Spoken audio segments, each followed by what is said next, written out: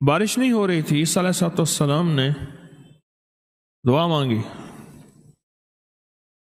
تو حکم آیا کہ یہاں آپ کی محفل میں کچھ گناہگار ہیں جن کی وجہ سے ہماری رحمت رکی ہوئی ہے.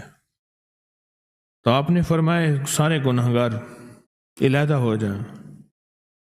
سارے علیحدہ ہو گئے.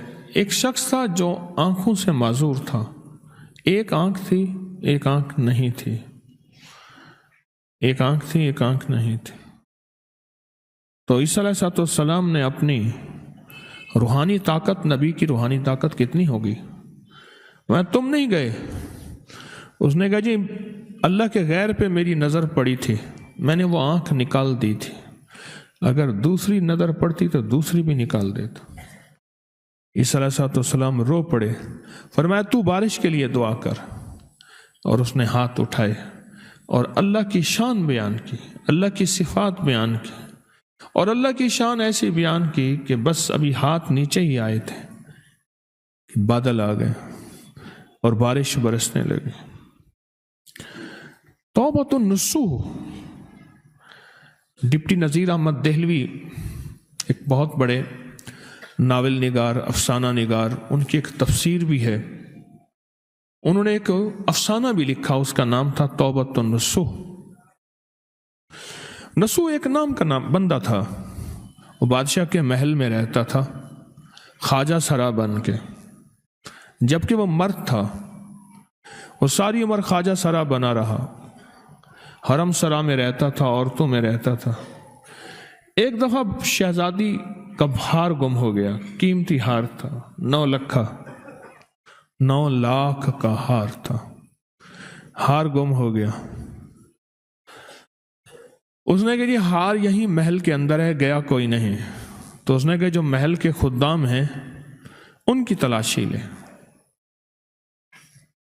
اب سب کو لائن لگوایا تلاشی لینے کے لیے. آج جب تلاشی لینے کے لیے لائن لگائے تو اس نے کہا آج پردہ کھل جائے گا. بس وہیں کھڑے کھڑے اللہ سے توبہ کی، توبۃ النصوح. کھڑے کھڑے،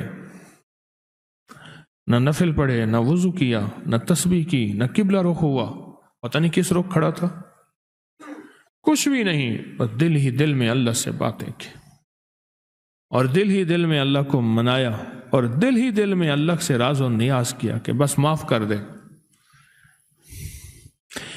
ایک ہے استغفار، معاف کر دے. ایک ہے توبہ، پھر نہیں کروں گا. استغفار اور توبہ میں فرق ہے. ایک ہے استغفار، معاف کر دے، اور ایک ہے توبہ، پھر نہیں کروں گا. ایسی کوئی توبہ زندگی میں آئی، ایسی آئی کہ وہاں سے آنے سے پہلے ہار مل گیا، انہیں بھی ہار مل گیا، چلو جاؤ. اور اس کی توبہ ایسی قبول ہوئی، کیسی قبول ہوئی. آج بھی جو پکی توبہ کرتا ہے اس کے بارے میں کہا جاتا ہے کہ اس نے ایسی توبہ کی جیسے توبۃ النصوح. نصوح نے توبہ کی تھی، اس کا نام نصوح تھا. ایسی توبہ کی جیسے توبۃ النصوح. ہمیں زندگی میں ندامت کی ضرورت ہے بہت زیادہ،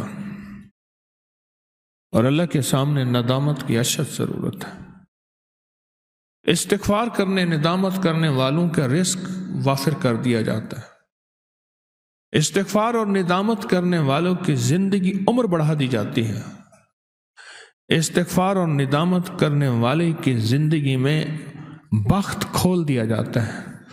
استغفار اور ندامت کرنے والی کی زندگی کے نصیب اتنے بڑھ جاتے ہیں، اتنے وسیع ہو جاتے ہیں کہ نسل در نسل فیض ملتا ہے. اور استغفار اور ندامت کرنے والی کی زندگی میں ایک چیز ایسی آتی ہے جو شاید کسی کی نہ ہو، وہ پلک چھپکتے ہی اللہ سے مل جاتا ہے. پلک چھپکتے، طرفت عین، پلک چھپکتے. میرے رب کو ندامت پسند ہے. کیوں؟ اللہ کے پاس سب کچھ ہے، ندامت نہیں.